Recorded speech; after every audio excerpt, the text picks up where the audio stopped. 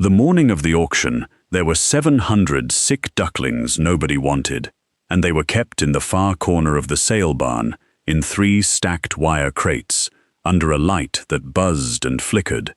And the crowd that had come for the good-laying hens, and the young beef and the machinery, moved past those crates, the way people move past a thing they have already decided about, quickly, with their eyes going somewhere else. The ducklings were 3 weeks old, and most of them should have been the color of butter, and instead they were the color of a wet rag, and their eyes were half shut, and they made a thin, exhausted peeping that was nothing like the bright racket a healthy brood makes, and a boy with a clipboard kept them at the very end of the sale because the man running the auction had said, with the particular kindness of a man who does not want to be cruel out loud, that they would go for whatever they went for, and that would be the end of it. There was a smell to that corner, a smell of damp and droppings, and something faintly sweet and sick beneath it, and the buyers who wandered near it wandered off again, and one heavy-set man in a clean quilted vest laughed and said something to the men around him, and they all laughed. And that was the state of things when a young woman came and stood in front of the crates and did not laugh, and did not move on. She stood there a long time. She had come in a truck that was older than she was, and that made a sound at idle like it was composing its own obituary, and she had a certificate folded in the glove box of that truck for a career she had never once used, and she had exactly the amount of money in her jacket that a person has when she has driven home from somewhere that ended badly and has nowhere else to be. She crouched down in front of the bottom crate and put one finger through the wire, slow, and a duckling that had been leaning on its neighbor lifted its head and looked at her, and she looked back at it for the length of time it takes most people to decide a thing is a lost cause, and then she stood up and went to find the boy with the clipboard. Her name was Wren Kessler, and she was 27 years old, and she had grown up 2 ridges over from that sale barn before the world took her somewhere else and then handed her back, and she had a long straight fall of black hair pulled into a low braid over one shoulder, and olive skin gone dark from a summer of sun, and dark brown eyes, and a faint pale scar through her right eyebrow from a fence wire when she was 9. She wore a cream Henley gone soft with washing under a rust-brown canvas chore jacket, and a pair of worn leather gloves was tucked into her back pocket, and her jeans were dark, and her boots were brown, and caked to the ankle with the mud of a place she had only been back at for 11 days. She was tall and wiry through the shoulders, in the way of women who have hauled things their whole lives,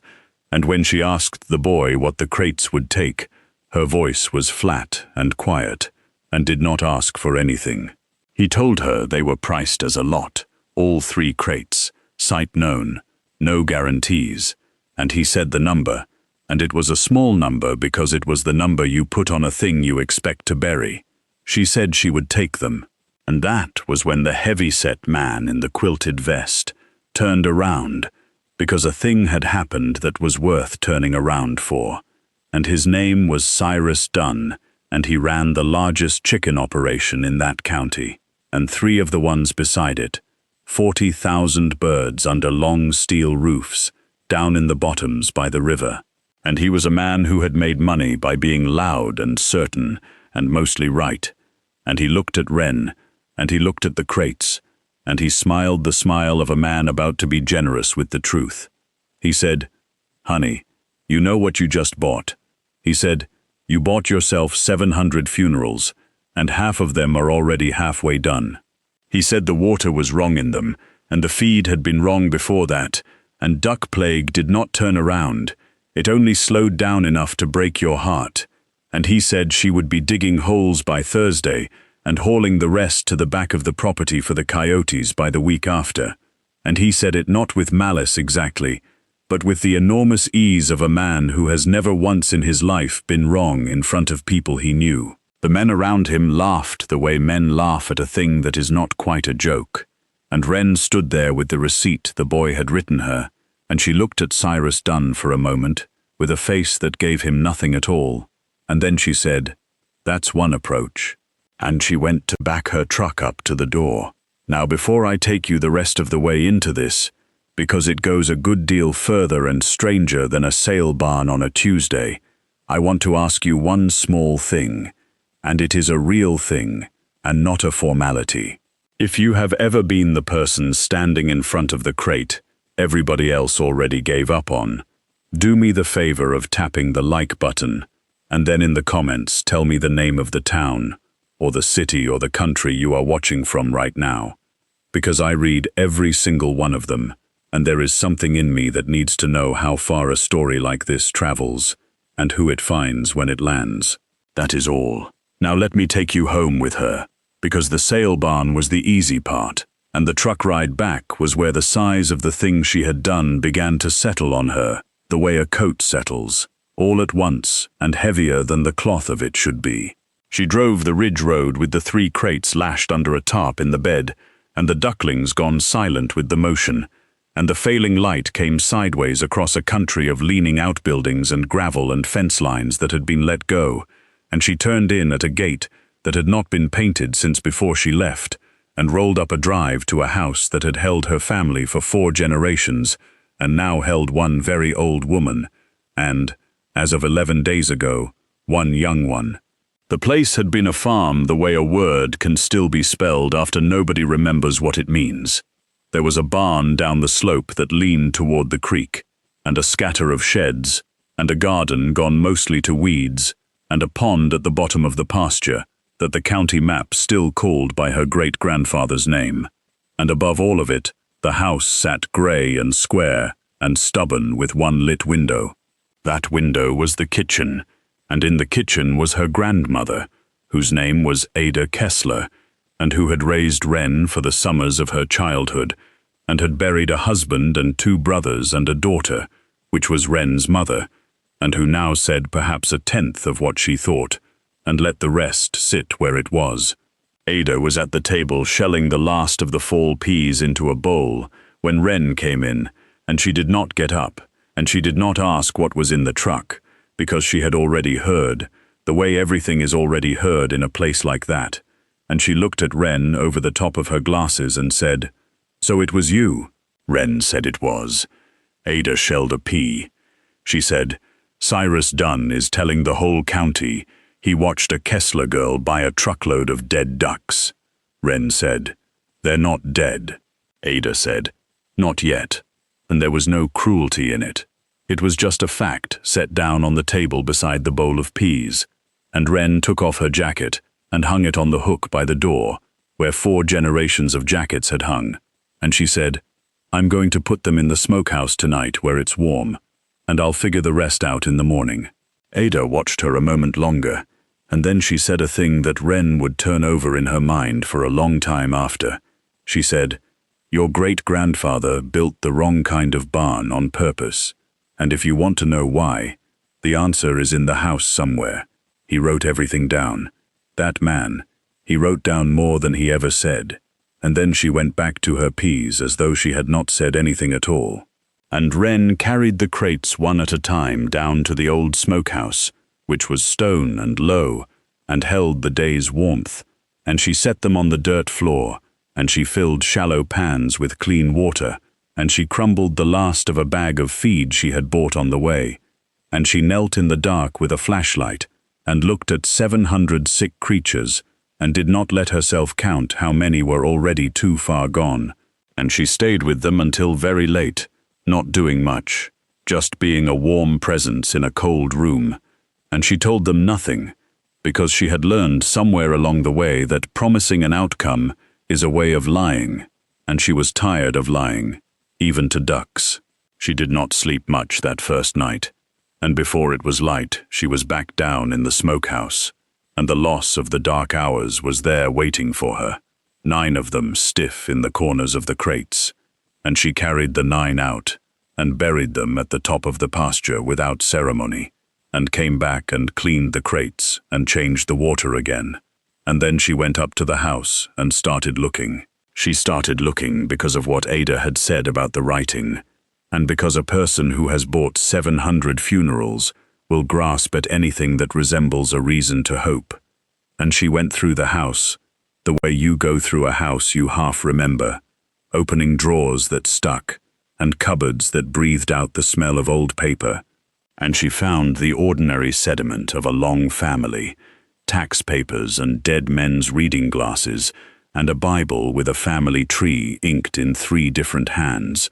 And she did not find what she was looking for until the second evening, when she pulled a warped door in the back of the pantry that she had thought was a wall, and found a set of stairs going down to a root cellar she had forgotten existed. And down in the cellar, on a shelf above the empty canning jars, wrapped in oilcloth and tied with twine gone brittle, was a stack of ledgers, 7 of them, cloth-bound and swollen with damp and dents, from the first page to the last, with a small, hard, slanting handwriting, and on the front of the top one, in that same hand, was written a name and a span of years, and the name was Silas Kessler, her great-grandfather, the man who had built the wrong barn on purpose, and the years ran from before the First War to a decade after the Second. She brought the ledgers up to the kitchen table, and she opened the top one under the light, and what she found was not a diary and not a farm account, or it was both, and more than both. It was a lifetime of a man arguing quietly with the world about water. Silas Kessler had farmed the bottoms by the river before Cyrus Dunn's grandfather had, and Silas had watched the river do what rivers do, which is take back what it lends, and he had come to a conclusion that the whole county had spent the last 60 years forgetting, and he had written it down again and again in 100 different ways, and on one page, near the front, he had underlined a single line so hard the pen had nearly gone through the paper, and the line said, "Raise what the water cannot drown." Wren sat with that line for a long time, and Ada came and stood behind her and looked down at the open ledger and did not seem surprised, and she put one dry hand on Wren's shoulder, which she did not often do, and she said, "He kept those bottoms in ducks and geese when everybody else had gone to hens, and they called him a fool for it. And then the flood of 37 came and took every hen house on the river down to the nails, and it did not take one single duck of his, because a duck, she said, a duck just rides. She said, he built that barn down there with the floor a foot off the ground, and the doors on the high side, and a run straight to the pond. He built it for things that swim, and when he died, your grandfather went to hens like everyone else, because hens were the money, and the ledgers went in the cellar, and here you are." And she took her hand back and went to put the kettle on, and Wren turned another page, and there in Silas Kessler's hard, small hand were the things she needed, not sentiment, the other thing, the real thing, dosages and dates, and the exact way to mix a thing he called scour water, and the observation that sick young ducks recover on clean running water and green feed and dry footing at night, faster than any medicine can promise, and diagrams of the pond and its inflow, and a note in the margin of one page, 2 words only, circled, that she did not understand yet, and would not understand for a long time, and the 2 words were, "The Drake." She read until the lamp oil in her own eyes ran low, and then she went down to the smokehouse and started doing exactly what a dead man told her to do. What Silas told her to do was slow and unglamorous, and there was a great deal of it, and Wren did it the way she did everything, without complaint and without display, hour by hour, in a manner that would have bored anyone watching, which was fortunate, because nobody watched. She moved the healthiest of the ducklings out of the crates and into the old duck barn down the slope, the wrong barn, the one built for things that swim, and she found that Silas had been right about it in every particular. The floor a foot up so the wet ran under and away, the low door opening onto a fenced run that sloped to the pond, and she scraped 60 years of forgetting out of it, and laid down clean straw, and rigged a length of pipe from the spring above, so that fresh cold water ran through a shallow trough all day and night, and never sat still, and never went foul, because Silas had written that still water kills young ducks and running water saves them, and that a man who understands only that one thing understands more than most, and she believed him, because she had nothing else to believe, and because the ducklings, within 4 days on the running water, and the greens she cut from the creek bank, and the dry straw at night, began to change. By the end of the first week, the peeping in the barn had a different pitch to it, thicker, more insistent, the sound of appetite instead of the sound of surrender, and she lost 11 more that week, and then, for 2 whole days, she lost none, and she stood in the doorway of the wrong barn on the morning of the second day and counted twice to be sure, and it was true, none. By the end of the second week, they were following her along the fence when she came with the feed bucket, a low brown flood of them pouring toward her across the run, and their color had come up out of the wet rag gray into something that was almost the butter yellow they should have been all along, going patchy now with the first hard feathers coming in. By the end of the third week, she opened the gate to the pond for the first time and stood back, and the ducklings went down the slope in a rush and hit the water, and something happened to them that happened to nothing else on that farm. They became, all at once, competent. They became the thing they were built to be, and they spread out across the pond. Her great-grandfather's name was still on, and dove and dabbled and shook the water off their backs. And Wren sat down on the bank, with her arms around her knees, and watched them. And her face, which she kept flat for the world, did something private and brief that nobody saw. She kept notes the whole time,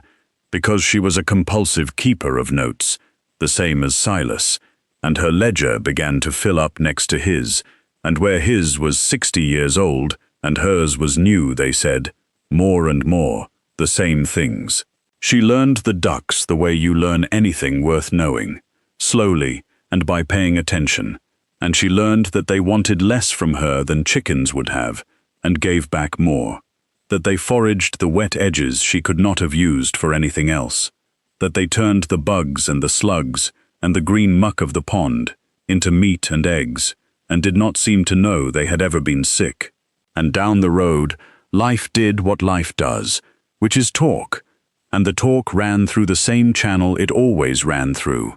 which was the feed and seed at the crossroads, and the woman who ran the register there, whose name was Marlene,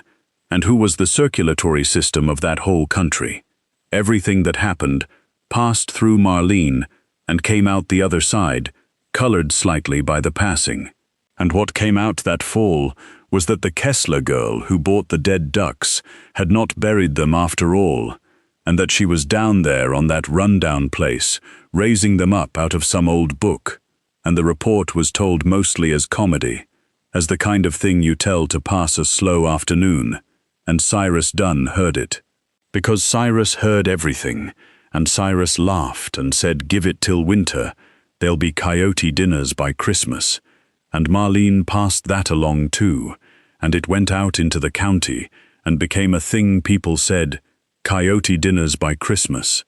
and it would turn out to be a prediction of something else entirely. Winter came, and it was a hard one, the kind the old people had names for, and it did not do what Cyrus Dunn had promised. The ducks, which everyone had agreed would freeze or fail or be dragged off one by one, did none of these things, because a duck her great-grandfather had known, and the county had forgotten, is a creature built for cold water and wet ground. And they came through the deep of that winter fat and loud and healthy. Under the down they grew themselves,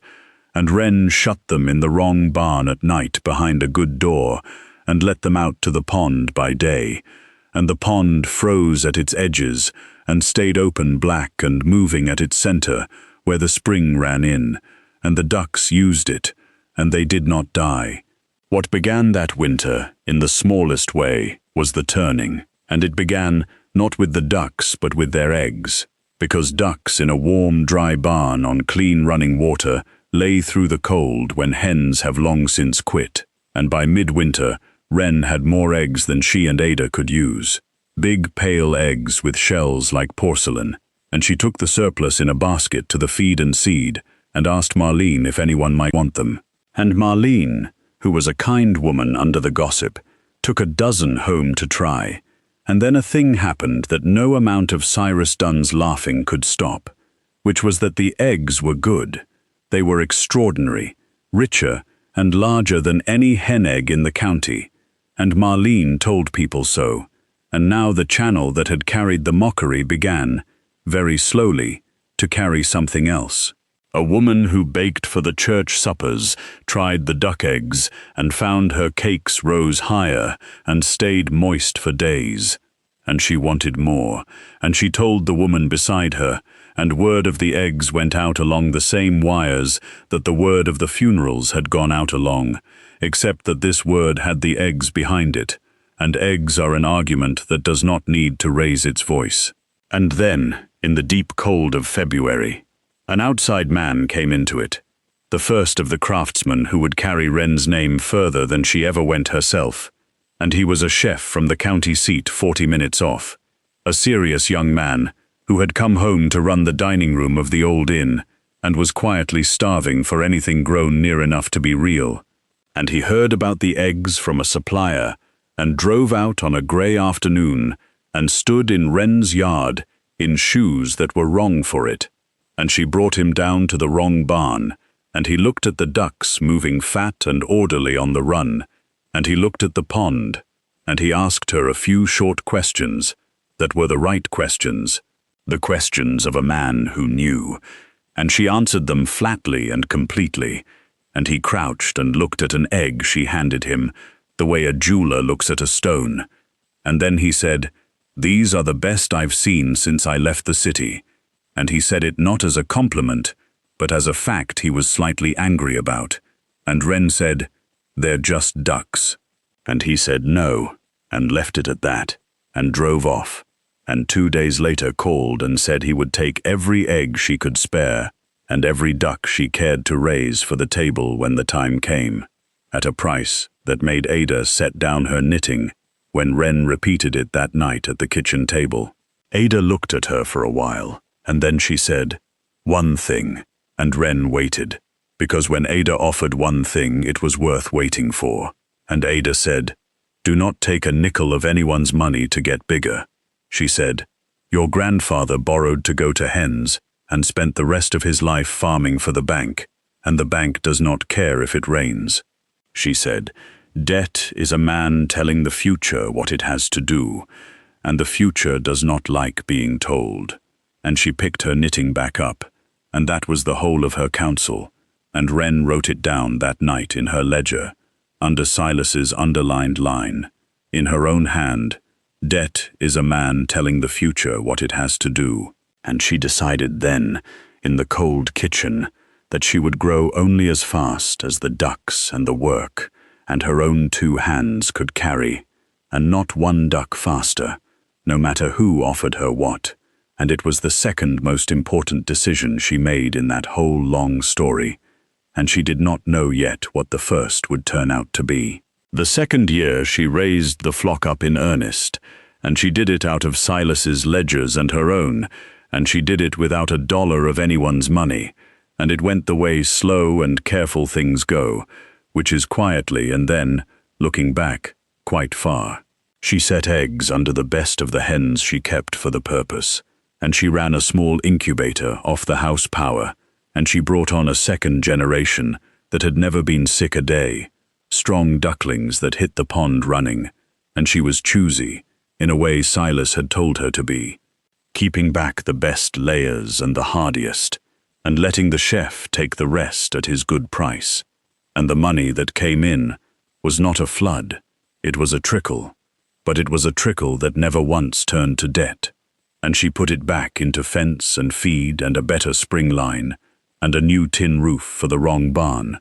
and she paid Ada's taxes with it, and there was enough. And her name went out further along the craftsman's wires, because the chef told another chef, and a woman who ran a co-op 2 counties over drove out to see the operation everyone had started mentioning, and stood at the pond a long time, and then bought eggs and dressed birds for her members, and none of it was advertised, Wren never once advertised anything. It moved the way water moves, along the low channels, finding its level, and it found people who knew quality the way one craftsman recognizes another, without a word wasted. She hired help that second year, because there was more work than one person could hold. And she hired a boy, a lean, quiet 14-year-old, named Levi Marsh, from a family down the creek that had fallen on the kind of times that make a boy older than his birthdays. And she hired him the way you hire someone you have already decided is capable, giving him real work from the first hour and expecting it done. And he did it. And he took to the ducks in a way she recognized because it was the way she had taken to them, learning by watching, keeping a stub of pencil and a folded paper in his shirt pocket, without her telling him to. Ada watched Levi across the yard one afternoon, while he worked the run alone, moving among the birds with his hands open and low, so they came to him instead of scattering. And Ada said, without being asked, that one has the hands, and Wren looked out at the boy and thought about it, and said nothing, but she filed it away, because Ada did not spend words like that. Meanwhile, Cyrus Dunn went on the way. Cyrus went on, 40,000 hens under the long steel roofs in the bottoms, and he had had a good couple of years, and he did not think about Wren Kessler often, and when he did, it was to shake his head at the waste of a young person on a dead idea. And once, at the Feed and Seed, when Marlene mentioned that the fancy inn was buying everything the Kessler girl could raise, Cyrus laughed and said the inn would buy anything with a story on it, and that a duck was still a duck, and that when the market turned, or the weather turned, she would learn what the rest of them had learned the hard way, that the bottoms were made for volume, and volume was made for money, and everything else was a hobby with feathers. And that got repeated too, a hobby with feathers, and Wren heard it, because everything got back to everyone, and she was mending a stretch of fence along the pasture when Levi told her Cyrus had said it,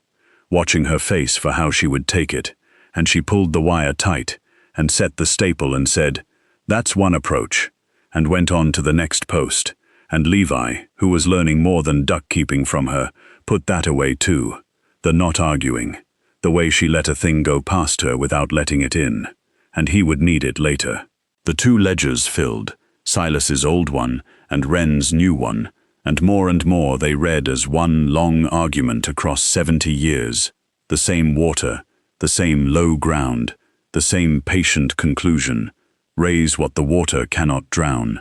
And Wren took to reading Silas's at night, not for information anymore, but for company, the company of a man who had stood exactly where she stood, and been laughed at by exactly the men who laughed at her, and had been right, and had died before anyone admitted it, and she felt him at her shoulder in the wrong barn some evenings the way you feel a person who has just left a room, and the two circled words in the old margin, the drake, she came across again that second winter, and still did not know what he meant by them, and she left them alone, because Silas had earned the right to keep one secret until he was ready to give it, and she trusted that he would. The rains that made the difference began in the middle of the third spring, and at first they were only rain, the ordinary hard spring rain that country got every year, and nobody thought anything of it, and then they did not stop. It rained for 9 days with only the thinnest breaks, a warm, heavy, relentless rain riding up out of the South One system on the heel of the last, and the ground, which takes rain gladly until it can take no more, filled up and closed over, and began to give the water back, and the creeks came up brown and muscular, and jumped their banks, and the county that had been laughing at a duck girl for 2.5 years stopped laughing and started watching the river. Wren watched it too, but she watched it differently, because she had spent 2 winters reading a dead man who thought about nothing else, and she knew before the radio said so what the bottoms were going to do, and she moved her ducks up out of the low run and into the wrong barn on its high floor, and she opened the barn's high door to the slope so they could take themselves to higher ground if it came to that, exactly as Silas had drawn it 60 years before, and then there was nothing to do but wait and watch the water rise, and it rose. On the 9th night, the river left its channel entirely and went out across the bottoms in the dark, and it did not go gently. It went the way the old flood had gone. All at once, past a certain hour, a brown moving sheet of it spreading across the low ground where the money was, and the money was in chickens, and chickens, as Silas Kessler had written in a hand pressed hard into the page 70 years earlier,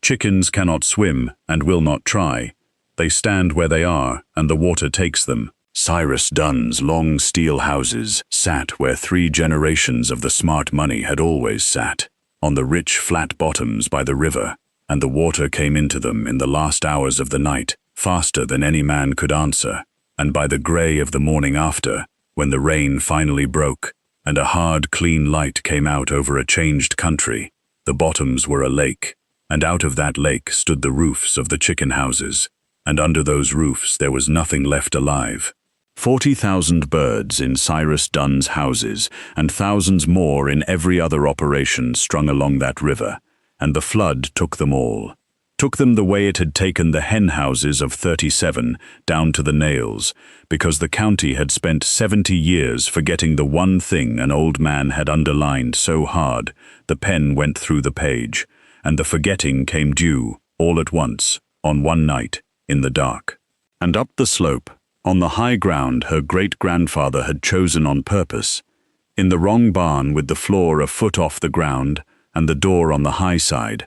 Wren Kessler's 700, which had become by then better than 900, were dry and loud and hungry and entirely unbothered, and when she opened the high door in the clean morning light, they came out and looked at the new lake that had swallowed the bottoms, and they did the only thing a duck does when the world fills up with water, which is the thing they were built for, which is nothing, which is float. Wren stood in the door of the barn and looked down at the drowned bottoms where the smart money had always been, and where every roof stood over nothing, and she did not feel what a person might expect her to feel. No rush of triumph came up in her. What came instead was older and quieter than triumph. It was the feeling of a person who was told for years that what she had was worth nothing, and who has lived just long enough to watch the world sit down and correct itself. And it was not a happy feeling exactly, standing there looking at all that loss. It was a heavy and level thing, and she thought of Silas, who had been right and had died before the proof came, and she said, out loud, to nobody, in the clean cold morning, the line from the ledger, "Raise what the water cannot drown," and then she went to feed her ducks, because they were hungry, and because that was the work, and the work did not stop for being proven right. The county came out of the flood slowly, the way people come out of a hard thing, dazed and counting, and what they counted was ruin. The chicken operations along the river gone in a night, feed and equipment, and 3 generations of accumulated certainty, standing waterlogged and useless in the drying mud, and the men who had run those places, who were proud men, hard-working men, not foolish men, only men who had trusted the flat, rich ground the way their fathers had, walked their properties in a silence that was its own kind of grief. And up above the waterline, unbothered, healthy, laying, was the operation everyone had spent 2.5 years calling a hobby with feathers,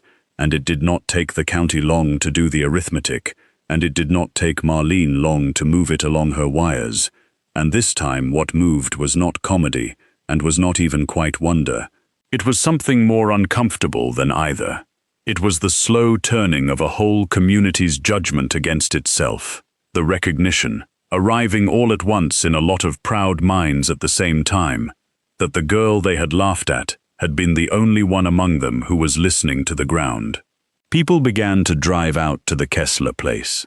At first, just to look, slowing on the road above the pasture, to see the ducks on the pond with their own eyes, and then to ask, hat in hand, quiet, how she had known. And Wren answered them the way she answered everything, plainly and without any triumph in it. She told them about Silas, and about the wrong barn built on purpose, and about the high ground, and the running water, and some of them understood, and some of them were not ready to yet, But the story was loose in the county now, and it was the true story, and it did not need her to argue it. And the eggs and the birds she had been quietly selling to the chef and the co-op became, that summer, the thing everyone wanted, because the flood had drowned so much of the county's own food that Wren's dry, loud flock was suddenly not a hobby, but nearly the only working poultry operation for 3 counties around, and every channel that had carried the mockery now carried orders,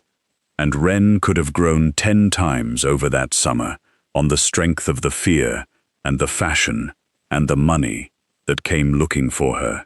And men from farther off, men in good trucks, came and offered to back her, to build her out, to put her ducks on the market at scale, to lend her whatever it took. And she stood in her yard and listened to every one of them politely, and then told every one of them no. She told them no because of a line in her ledger, in an old woman's borrowed words. Debt is a man telling the future what it has to do, and because she had just watched the future do exactly as it pleased, to every man in the bottoms who had told it otherwise. And she would grow, she said, only as fast as the ponds and the barn and the hands could carry, and not one duck faster. And they went away shaking their heads at her, the way Cyrus had once shaken his, and she did not care. And Ada, when Wren told her about the offers over supper, said only, "Good," and shelled a pea, and that was the whole of it. And near the end of that summer, on an ordinary evening, a truck came up the drive that Wren knew, and it was Cyrus Dunn's, and he got out of it slowly, an older man than he had been at the sale barn, thinner in the flood's aftermath, and he stood in her yard with his hat in his 2 hands, actually in his hands. And Wren came across the yard wiping hers on a rag, and stopped a few feet from him and waited, giving him nothing, the way she gave everyone nothing. And Cyrus Dunn looked at the pond, and the loud fat flock, and the wrong barn on its high ground, and he looked at her, and he said, "I was wrong." That was all he said, 3 words, and he did not make a large production out of it. He did not explain himself or soften it or wrap it in the story of his own hard year. He just set it down between them plain, the way you set down a heavy thing you have carried too far. "I was wrong." And Wren looked at him for a moment, and then she said, "You want to see the barn?" And he said he did, and she showed him. Ada died in the fall of that 3rd year, in her own bed, in the grey, square, stubborn house, on a cool, bright afternoon, with the window open, so she could hear the ducks down on the pond. And she died, the way she had lived, without production, saying about 1/10 of what she thought, and leaving the rest for the living to work out. Wren was with her at the end, and it was quiet, and there is not much to say about it that Ada herself would have wanted said, except that in her last clear days, she had Wren bring her the sealed envelope, and the envelope is a thing I have to go back for, because it had been sitting in this story unopened since the beginning, without my telling you, the way it had been sitting in the bottom of Ada's cedar chest for years. When Wren had first come home, in those first 11 days before the sale barn, Ada had shown her the chest and the things in it, and had pointed to a yellowed sealed envelope with Wren's name on it, in a hand that was not Ada's, and had said, "Not yet." And Wren had not asked, because you did not ask Ada things she had said not yet about, and the envelope had waited. Now, in her last week, Ada had Wren bring it, and she held it a while in her dry hands, and then she gave it back and said, "This was your great-grandfather's. He wrote a letter for whichever of his blood came home, and understood the ledgers, and he left it with your grandmother, and she left it with me, and I was to give it to the one who read the water right." And she said, "That's you, and open it after, not now, after." And Wren put it in her jacket, and did as she was told, and it was 3 days after the funeral, before she sat down alone in the kitchen, at the table, where Ada had shelled 1,000 bowls of peas, and opened Silas Kessler's letter to the future. And the funeral itself, I should tell you, because it mattered to Wren more than she showed. filled the little country church past its walls, and when the preacher asked who had come to remember Ada Kessler, they stood, one after another, and Wren watched them stand, Marlene from the Feed and Seed, and Levi and his whole hard luck family, and the chef who had driven 40 minutes in a black coat, and the co-op woman, and the man who had drilled her a better spring line, and the shearer's wife, and neighbors up and down the creek whose names she was still learning, and Cyrus Dunn, hat in his hands again, standing near the back, and Wren understood, watching them all get to their feet, that she had, without ever trying to be, become part of a place, that the community that had laughed at her had folded her in while she wasn't looking, quietly, the way water finds its level, and it was Ada's last gift to her, that roll call of the standing, though Ada would have said she had nothing to do with it. And when Wren opened the letter 3 days after, Silas's hard, slanting hand said a good many things across 2 pages, practical things, and a few that were not, and near the end, it explained the 2 circled words in the margin that she had wondered at for 2 years, the drake, and it said, "Keep always 1 drake back from your best line, and never sell him, and never eat him, not for what he is, but for what he carries, because a flock is not the birds you have now, it is the birds you will have, and a man who sells his future to feed his present has understood nothing." And Wren read that and thought of Ada saying, "Debt is a man telling the future what it has to do,"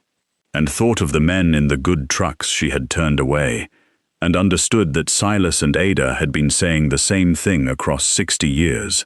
one about ducks, and one about money, and both about the future, and how you must not let anyone, not the bank and not the market, and not your own hunger, tell it what it has to do. And the letter ended with a line that Wren would say aloud herself, later, to Levi, at the right time, and it said, "The ground here remembers what the people forget, so you keep the ledger, and you keep the drake, and you keep the low door on the high side, and let them laugh. The laughing is just the sound the truth makes on its way to being obvious." The 4th year the water was ordinary again, and the country went back to its business, and the men in the bottoms rebuilt, some of them, and some of them did not, and a few of them, quietly, without making a large production out of it, came to Wren and asked how a person might get started in ducks, and she told them all of it, freely, because Silas had told her freely across 70 years, and it was not hers to hoard, and a little of the low ground along that river went back to the birds it had carried before anyone alive could remember, and the county was, in that small way, corrected, its own judgment turned around by the plain fact of what had floated and what had drowned. Wren did not get rich, because getting rich was a thing that would have required her to let someone tell the future what to do, and she never did. She grew the way the work could bear, and no faster. Another pond opened up the year after, a second barn built on the high side with the low door, always her own money, never a nickel of anyone else's, and it was enough. It was more than enough. It was a life. Levi Marsh grew up into it, and Wren gave him more and more of the hands of the thing as the years went. The way you give real work to someone you have already decided is capable. And one evening, when he was 17, and had brought a whole hatch through a bad stretch on his own, out of the ledgers and his own good instinct, Wren stood with him at the pond in the long light, and told him what Ada had said about him that second summer, that one has the hands, and she told him he had them, and she gave him the 2 ledgers to read, Silas's and her own, and she said the line, "The ground here remembers what the people forget," and she watched him take it in the way she had taken it in, quietly, keeping it, and she knew that the thing Silas had started, and Ada had guarded, and she had carried, would go on past her, into hands that were already, though the boy did not fully know it yet, the next link in a chain that ran back before the First War, and would run forward past all of them. And there is one more thing to tell you, and it is the thing the whole story was walking toward, though I did not point at it, and it happened on a Tuesday in the fall, at the same sale barn where it began, because the man who ran the auction had a lot come in that nobody wanted, a crate of young ducks off a place that had failed, gone thin and dull-eyed and cheap, priced like a thing you expect to bury, kept at the back under the buzzing light while the crowd looked away. And Wren was there that day for other reasons, and she stood in front of that crate the way she had stood in front of the crates 6 years before, and she crouched and put one finger through the wire, and a duckling lifted its head and looked at her, and she went and found the boy with the clipboard and paid the small number without a word, the number you put on a thing nobody believes in, and she carried the crate out to a truck that no longer composed its own obituary, because she had a good one now, and she took the sick ducks home to the high ground and the running water and the low door on the high side,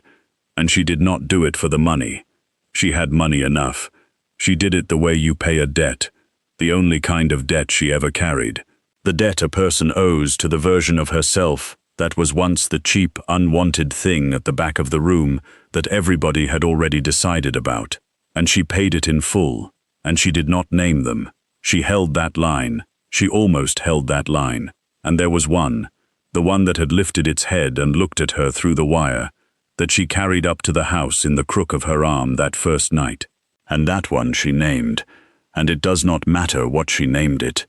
It matters only that she did, and that it lived, and that is where I will leave her, at the beginning again, transformed, standing in the wrong barn her great-grandfather built on purpose, with a sick duck warm against her chest, and a dead man's ledger open on the shelf, and a boy with the hands asleep down the creek, and a whole county that had learned, too late for the ones who would have been proudest, that the rejected thing is the valuable thing when you know how to read it, that patience beats money, and attention beats force, and that worth does not argue, it simply waits, and floats, and is there in the morning, when the water goes down. And now the last thing, from me to you, and it is small, and it is real, the same as the story. Somewhere in your own life there is a thing you are keeping that the people around you have laughed at, a stubborn, quiet thing you have refused to give up on, even though everyone with a good truck and a loud voice has told you it is a waste. And I am asking you, if this story found something true in you, to send it to the one person you know who has been underestimated the longest. And then tell me down in the comments the thing you have refused to let go of, that they all said would come to nothing, because I read every one, and because I have watched enough water go down to believe that the low ground is where the truth collects, and that the laughing, in the end, is only the sound the truth makes on its way to becoming obvious.